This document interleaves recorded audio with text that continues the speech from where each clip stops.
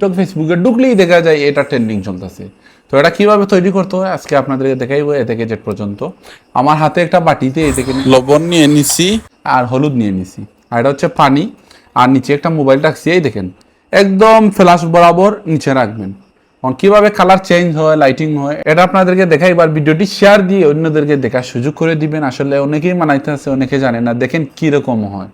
তো আমি প্রথম এটার মধ্যে লবণ দিয়ে দিতেছি। এই দেখেন আসলে লবণ দিয়ে কমসে কম 1 মিনিট রাখবেন। 1 মিনিট রাখার জন্য আমি কিসের জন্য বলতেছি, যে 1 মিনিট রাখলে এই যে লবণগুলো আছে ওগুলো কিন্তু গলে যাবে, ঠিক আছে।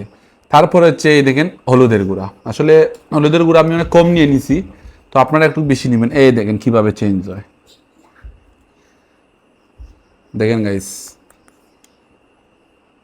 দেখছেন?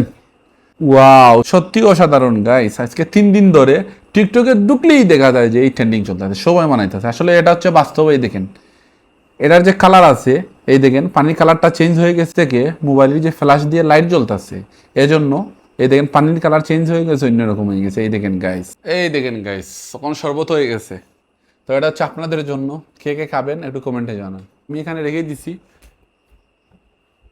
ওকে।